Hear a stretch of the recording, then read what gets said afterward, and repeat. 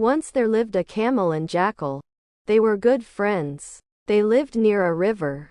One day the jackal came to know that there was a field of ripe melons across the river. His mouth watered, but he could not cross the river.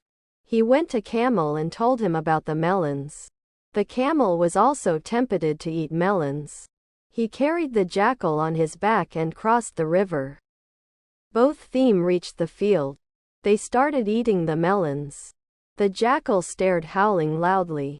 The owner of the field came running and started beating the camel. When the owner went away, the camel asked the jackal why he had howled. The jackal replied, "It's my habit to howl after a heavy meal." Both of them returned to the river. The jackal jumped on the back of the camel.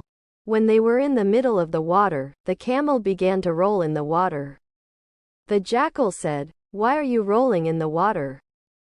The camel replied, "It's my habit to roll in the water after a heavy meal." The jackal could hardly save himself.